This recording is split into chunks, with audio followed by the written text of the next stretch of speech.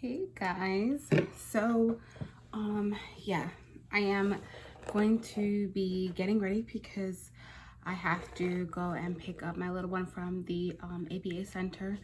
But I figured this is like the only way I'm gonna be able to get videos is when I'm doing something, so you guys are gonna kind of see me fix up my hair while you're gonna see me fix up my hair while I'm telling you what I need to tell you. So I've been trying to do this video for quite a while now, and I am sorry. It's probably really loud. I promise it's not pulling. This is like my favorite little brush. I wanted to make a video kind of just talking about having an educational advocate. That's what this video is really gonna be.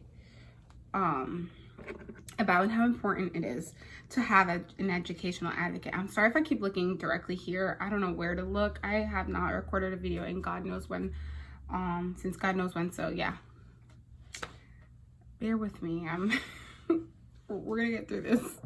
First things foremost, I have a little one who is 7 years old with multiple diagnoses, one of them being autism, and it's been really hard. I have encountered a lot of pushback from the schools and kind of getting what he needs. Up to recently, I didn't know how much I was missing out by not having an educational advocate, and I just kind of want to talk about it because I think it's it's very important. And there's a lot of moms that don't know exactly, we do know a lot because we do our research, and we're moms. At the end of the day, so we know what our child needs. But we don't know everything because we don't do this as a profession unless you do. And it's a lot to know, and what your son can get, your legal rights and things like that. Up to recently, my son has been declining since he was like 3 years old. He started declining really bad, and he was kind of just like hit a plateau. He was like learning, and then he just started regressing a lot since the beginning of the pandemic as well. He's been in and out of hospitals, and it's been insane. We've tried so many different things. In this process, I realized by speaking to an educational advocate how underserviced my son has been. And of course, a school, I mean, not all schools, but some schools, they're not going to want to pay the bill. They don't want to do all this extra stuff, so they're going to try to do the bare minimum, and if they can get away with it, that's what they'll do. Yeah, I was fighting for a new IEP and kind of trying to get him into the school. I ended up falling upon an educational advocate because my son was so unstable that we were considering a long-term residential with the ultimate goal of bringing him back home, which took us a very long time to come up with this decision. His father and I were just like, especially, as soon as they told me, I was like, no way, that's not an option. As a mom, I was like, I'm not gonna feel like a failure, but that's a whole nother story. So that was the goal at the time because he was so unstable, and going in and out of the hospitals was not fun for him, not fun for us. It was hard every time we had to do it. So it just broke our heart. So that's how we kind of started this whole thing. I was like, all right, I need to look over his IEP. How can we get him in? And it ends up being that in order to do that and get your child into a long-term residential, it has to be through the school, which I had no idea. So I wanted my son to go to the best of the best, and the school, they're not going to try to pick up the tab. They're going to try to do everything before they get to that level, which we already have done, but they're going to make us go through all the process again just to try to avoid picking up that tab. They had recommended us to get an educational advocate, and we have a friend who's amazing. She is the best. She does an amazing job. She's an educational advocate, and for a long time she kept telling me, oh, do you need my help? And she would tell the father of my child, and I didn't know how important it was to have one. I was like, no, I know what my son needs. I felt like I had everything, but when it came to this, I was like, you know what, any help, anything would help. So let me just bring his IEP and all his documentation, all his diagnosis, all his procedures that he's had done, all the evaluations he's had, and kind of, you know, see where we're at here. So I brought it to her, and it was insane how underserviced my son was. And I had no idea. This whole time I had no idea. I thought that they were doing the most they could because they knew how severe his diagnoses are, and that wasn't the case. I was sadly mistaken, and I trusted people that I probably shouldn't have trusted. So I do have a whole team who helps me and backs me up with everything. So when it comes to Jazz.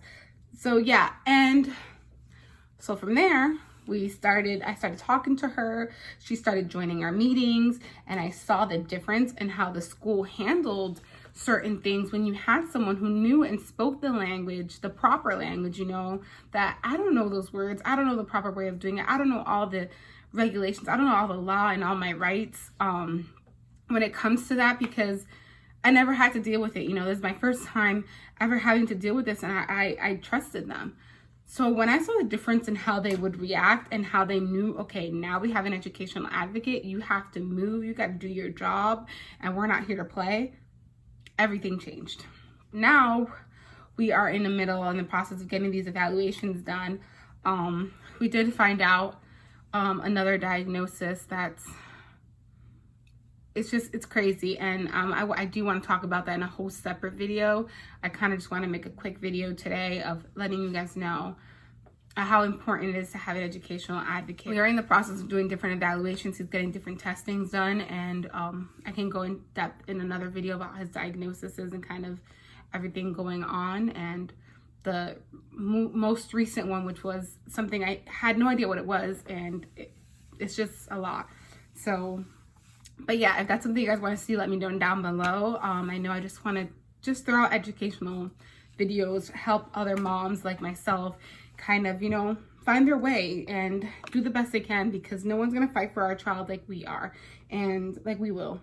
Having an educational advocate go over all your paperwork and all the testings that need to be done. There were so many things that I was missing. I was getting these evaluations and they were requesting these things, and the school had these and they weren't doing them. They weren't moving. They were just doing the same thing over and over. And in a lot of IEPs or goals, they just like copy and paste over and over. And I realized, like, oh my God, you know, some people can't be trusted. This is my child's life. I gotta do what I gotta do to fight for him, to fight for his rights, and to get him the education that he needs, the proper education, because I'm not asking for anything more. Just give him the proper education he needs. Help him. He has so many things that are trying to set him back. The least you can do is give him the proper education and set him up for success as much as possible. Basically, that's kind of where we were at. So that's where we're at right now with everything.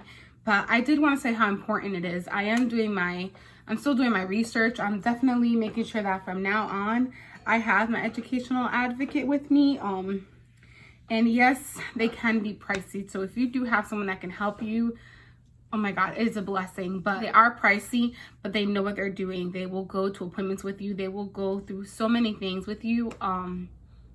They're there for what you need them. It could be, they can do as little or as much as you need them to. But yes, it is a little bit expensive, but there is no price in getting your son the help he needs. So it's kind of like my quick tip, I guess, that I can give you guys. Is definitely the importance of an educational advocate when you have a child on an IEP is extremely, extremely important. I definitely recommend it. That is the whole thing of this video. I just wanted to give you kind of a background story of how I stumbled upon getting one and how I lacked the knowledge of how much and how important it is to have one, because I don't do this as a job. You know, I've always been in the medical field as a medical assistant, I just say myself. Oh, yeah, an educational advocate is super, super important. So that's really what I wanted to say in this video. And I probably rambled a whole lot, but I have not filmed the video in so long and I don't even know how to do this anymore. All right, guys, so that was it for this video. I hope it was helpful. I just wanted to get on here and kind of share why I feel like it's very important to have a educational advocate and kind of a little bit of my story behind how I stumbled upon one and why I think it's so important. Leave me any suggestions down below of videos you would like to see or any topics. That was it for my little mommy talk. I'm not sure what I'm going to call these yet, but they're just videos to help other fellow moms who have children with special needs. And you know, we can all help each other out. So leave comments, leave suggestions, leave any tips you guys have. All is welcome. This is a safe space to be real. So everyone's welcome. Moms, dads, grandparents, everybody. Give me a thumbs up, comment, subscribe. I hope you guys enjoyed it. I will see you guys next time. Bye.